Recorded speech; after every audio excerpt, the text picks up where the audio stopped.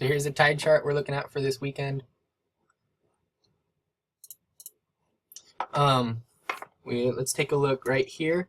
This trough in the tide chart. This is at 6:30 on Friday, 6:30 p.m. So this is going into Friday night. The tide is rising all night to a high tide, really high tide, right around midnight at 1 a.m. Okay, and it's dropping all through the early morning. Okay, and it's bottoming out around 8 o'clock. Okay, so what we're going to see on the first day of racing is this rise. Okay, till 1:30, where we're going to see the tide kind of stall out and stop out for a little bit. Okay, so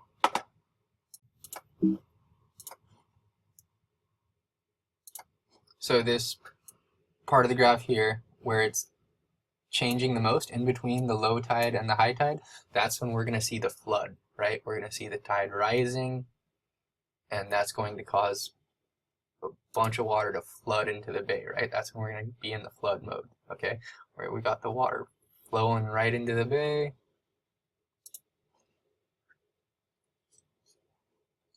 And so the first race is probably going to be almost right in the middle of this crazy chaotic flood cycle.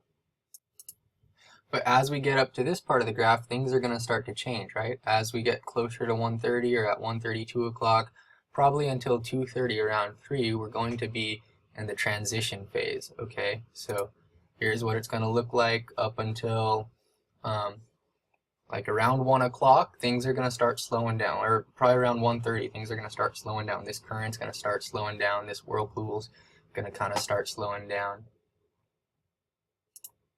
Okay, so what's gonna happen? It's kind of tricky, and I'm not really sure exactly what the right answer is. But this flood tide, this tide that's coming in this way, is going to slowly stop. And what happened to this whirlpool is really going to be the interesting thing. What I would think is we're going to kind of get this effect where water is just sloshing around back and forth, kind of almost horizontally. The whirlpool kind of stops and goes away, and we just have the current kind of go in this direction and then back, build up against the breakwater and then push back and go this way, right? So something like that. It's kind of a tough call in that period what the current's going to do, but understanding at least the big picture perspective that it was flooding, the tide was rising, now the tide stopped rising, so we're expecting the flood to stop, and we're in this transition period between the flood and the ebb, right? Okay, so what's going to happen here?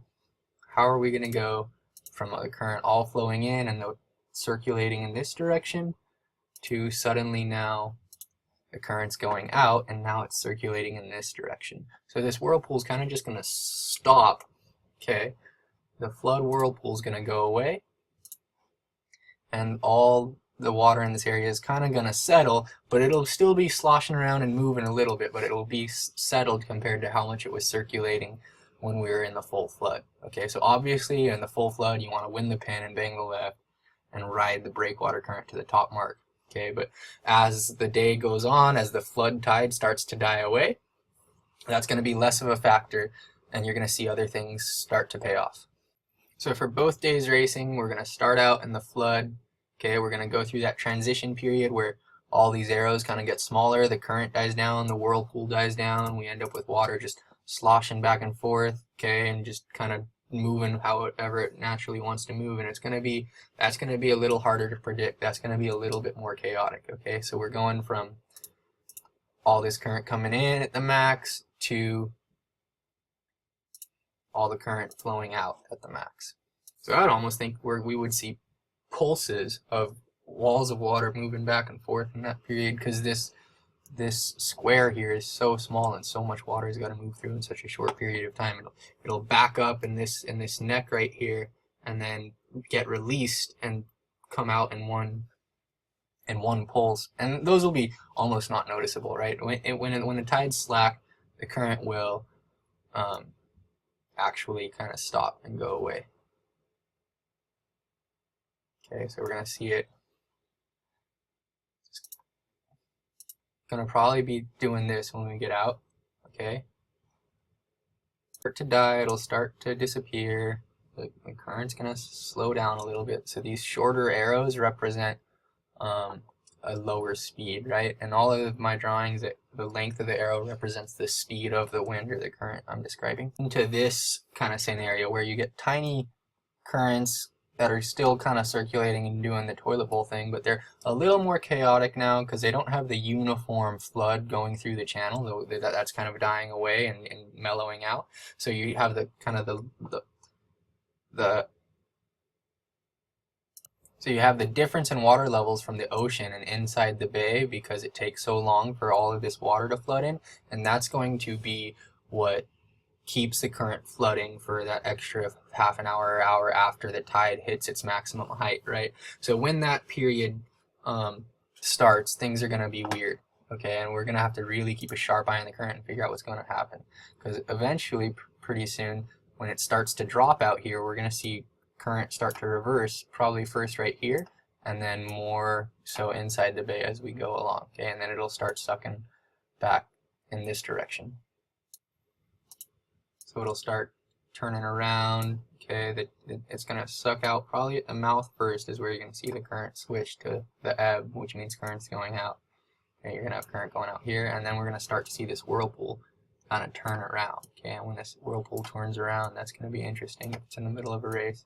So, but keep in mind, these changes are happening at this part of the tide cycle, right? These changes are happening at the top, where that's where the slowest rate of change occurs for the tide cycle. So it's not like the end of the world whirlpool. It's just like it's going to be not noticeable when the whirlpool switches direction because the current's barely going to be moving at that point, okay? So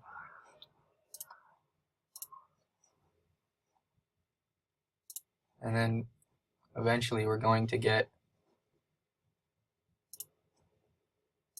this current building more and more, and we'll just make our way into the full ebb, probably around 4:30, 5 o'clock, where we just have these full, strong, circulating current going in a counterclockwise direction with the ebb tide, clockwise with the flood earlier in the day, counterclockwise now in the huge river. So at this case, you want to bang the right, win the boat, tack out, get into this current, and current's going to rip you right around the first mark, okay?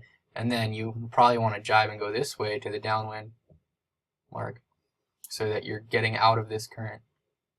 Or never mind, that was wrong. You would want to stick to this breakwater with the current that's pushing you to, okay, because the way that it's circulating, it's strongest over here, and then a little less strong, and then on this side of the toilet bowl, it's going back the other way. Talked about the wind at all really, but what we're going to see is a typical SoCal pattern where it comes out of the left more earlier in the day. It'll come out of the southerly direction, and then as the wind builds, it'll clock to the right, okay, and shift to the right. The one thing I've noticed at this venue before is that in the lighter breezes, when breeze is building and things look sketchy, this kind of patch over here is where you're going to get the best breeze. And this patch over here can often be light. And that's kind of just a geographic thing. You'll get the first puffs in a filling breeze in a dead zone coming from more of the right side of the race course. And that's tricky because at this point, we're likely to be seeing the flood current where the wind says go right and the current says go left. Most of the time at this venue, especially if you're in the middle of the tide transition, okay, in this zone, you trust the current, okay? If you're in this zone and this time of day, you start to make your tactics and your strategy based off of what the wind is doing more. At this time of the day, you're making your tactics and your strategy based off what the current's doing. So this next part of the video is going to go into this maybe the mental approach that you should have racing in Chaos Corner, because so many things can happen, your scores can change so much, things can shift around like crazy, and it's really easy to have a bad start, get forced the wrong way, get messed up, and then end up in 20th place around the weather mark or 30th place around the weather mark, okay? And then what most people do in that situation is they get emotional, they get upset, they get frustrated, and they kind of lose their cool. And when all of those things happen to a person, you lose your rational thinking ability, you lose your logic, you lose your objectivity, and you start making poor decisions. You start making bad decisions. So it's very important to stay present, stay focused in the moment, realize that every single moment matters, okay? Especially the moments after you make a mistake, okay? So good sailors, when they make a mistake, they understand that this is a long regatta with a lot of races, and we have to play the long game. We have to play the odds and the long game, and we have to recover from being over early in the first race and clearing ourselves to try and come back and get a 14th place, okay, instead of a 15th place, okay, because that can make a big difference at times, right? So when Mark and Sarah were over early, I think, in this race, and they went back, that race became the most important race of the regatta, passing every single boat. They probably started that race in dead last, and they stayed calm, they stayed objective, they stayed rational, and they realized it's a long regatta, and they're going to pass one boat at a time. One boat at a time, okay? So this was probably the most competitive Lido Nationals maybe there ever was. These are a lot of good skippers, a lot of good people, and it was fun. It was super competitive, it was super crazy. Chris and I were over early 3 times on the first day in these 3 races. So we were playing the short game. We were trying to win the regatta on the first day. We were trying to win the start. We were trying to win the race right from the bat. In the second race, we were over aggressive, right, and tried to win the start and win the second race. Boom, straight into 21st place. And okay, so that's playing the short game. That's being over aggressive. That's trying to force things to happen for you instead of letting things come to you, right? It's better to just do your best moment to moment and have things fall your way. This is the venue where that Lido Regatta took place, and if you notice, it's a lot like Morro Bay in the sense that it was confined by all these boundaries and all these borders, and we had like 25, almost 30 Lidos racing together around one course. And not only that, but they're good sailors. So short, condensed course with a crowded, packed-in fleet meant a lot of bad things happening to a lot of people, and a lot of times good sailors were having bad things happen to them. We had plenty of bad races. Even the people that did well had bad races. Everyone had bad races. So the key to the event was not to win a lot of races, but to minimize your losses, right? To avoid the terrible races, right? And then just by minimizing mistakes and focusing on the long game and understanding that we got a long way to go, and what I need to do after making that last mistake is focus on passing this next boat and coming back from it one boat at a time, right? Because you never know, you might save your regatta with a 14th place or a 12th place. So Bob here, who ended up in 4th place, I was talking to him after this set, after race 9. At this point, he was winning the regatta, right? So he got all amped up and he was stoked, and he went out for the next 3 races thinking that he had a regatta to win, and he probably went out over aggressive, trying too hard, and tried to force things to happen for him. And then he ended up falling into the mistake of making mistakes and instead of letting things come to him, right? So bad race, right? 2 bad races right out of the gates because he probably just trying too hard, trying to force things to happen. Instead of the better strategy is just to instead of trying to make good things happen, try to not let bad things happen. Try to avoid risk, try to avoid bad scenarios, and take the conservative route around the race course. So in this regatta, it turned out to be beneficial to just take a second row start or a not great start and come back from it and pass 5 boats or 10 boats around on the first beat than to win the start, because most of the people who were winning starts were over early and coming back. So see, Christoph got 2nd with an OCS in his scoreline. So a lot of chaos, a lot of bad things happening. So I think Sarah and Mark kind of just relaxed and chilled their way through it and avoided any bad deep races, and they relied on just good boat handling and good boat speed to stay consistent throughout the course of the regatta. So even when they did mess up, their mess ups weren't too bad. I think they were over early and went back in this race too, and just relied on good boat handling and good boat speed and a calm approach to take them boat by boat up to the highest place they could get to in that time. The best approach for Chaos Corner is going to be to slow down, take it race by race, moment by moment, stay focused in the present, okay?